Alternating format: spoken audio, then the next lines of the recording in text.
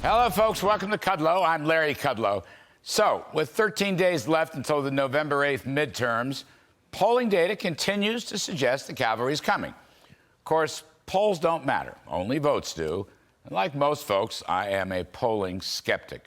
But it is noteworthy that market-based polls are now suggesting a GOP Senate pickups in Pennsylvania, Nevada, and Georgia. All that could give the Republicans a 52-48 Senate. Arizona, very close. And later in the show, by the way, we're going to have former General Donald Bolduc. He's the GOP candidate in New Hampshire, where that race is a toss-up. Could be one of the big surprises. But I'm particularly interested in content and message, and it is still, for the Senate races, inflation and the economy. Up in New Hampshire, for example, this is so important. Electricity rates are soaring. Blackouts are threatening. Natural gas and home heating oil is short. So what is Democrat Senator Maggie Hassan's solution? Sell more out of the Strategic Petroleum Reserve. Also, use the home heating reserve. That's the wrong answer. That's a Biden answer. People don't believe in Biden answers anymore. He is incapable of telling the truth about the economy or the energy situation. How is it that the entire Democratic Party, really, it seems like the entire Democratic Party will not recognize the power, the efficiency, and the importance of the American oil and gas business? It's like the progressives are suffering from this thick blanket of amnesia that we have a fossil fuel industry at all, that the industry is capable of solving problems like high prices or fuel shortages. It employs 11 million people. It impacts literally hundreds and hundreds of everyday necessities in our lives. It may be the single most important, urgent answer to the crisis of stagflation. Now, today, Vice President Kamala Harris, with a straight face, mind you, holds a presser and attacks diesel-powered school buses and then blames them for our kids' education underperformance. Really, ma'am? That's the issue. Not your opposition to parental involvement or your subservience to the teachers' union's critical race theory and gender and sexual ID mandates. Blame diesel buses, which, by the way, have been taking American kids to school for decades and decades when test scores were higher and kids knew how to read and do arithmetic. Do I get this right? This is just one small reason why the cavalry is coming. Common sense Americans have had enough. They have had it up to here. I notice also some Democratic advisors are now canceling their candidates to emphasize the economy. Well, welcome aboard, kids.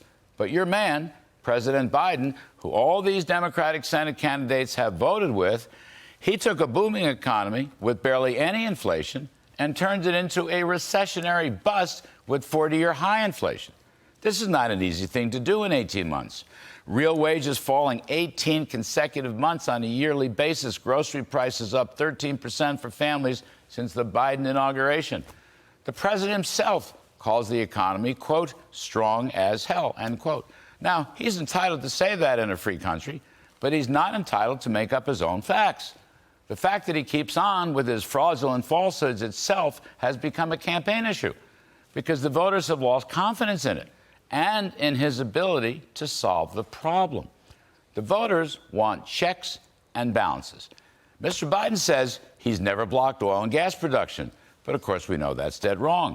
Mr. Biden says Republicans will add $3 trillion to the deficit, but of course the entire GOP message is to rescind Mr. Biden's $5 trillion of new spending, borrowing, and debt.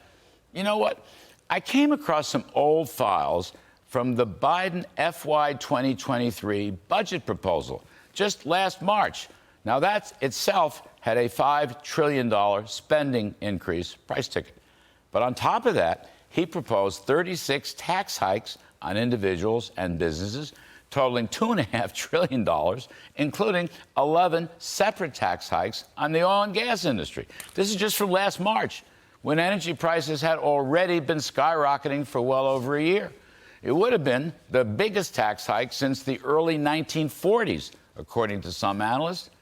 Is that really the answer to crisis of stagflation? I don't think so. Nobody else does either. Again, let me be the first to admit, polls don't matter. Only votes do. So I don't know the outcome of this election yet. I don't know.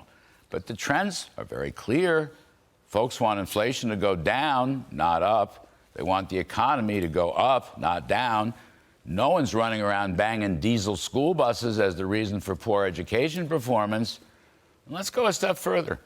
Underneath the specifics, there's a sense among working folks that they do not want their country to be transformed into some radical, woke, progressive experiment. And if there was ever any doubt about that, 18 or 20 months later, it's clear that experiment has failed dismally. People have lost confidence in President Biden. And I think they're going to vote for checks and balances in order to change the direction of the sinking ship. And that is why the cavalry is coming. And that is my riff.